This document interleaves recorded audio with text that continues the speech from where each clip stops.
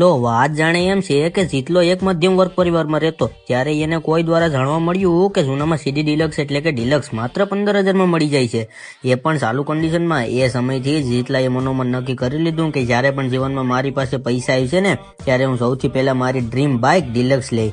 આર્થિક સ્થિતિ નબળી હોવાને કારણે એટલો દર રવિવારે કામ ગોતવા લાગ્યો. નસીબ જો કે એને ભગાભાઈને ઘરે વંડીસણોનું કામ મળી ગયું. જોવા થોડાક પૈસા ભેગા થયા કે તરત જ જીતલો અને એનો મિત્ર કુનાલ બંને બપોર વેળે નીકળી ગયા બાઇક લેવા.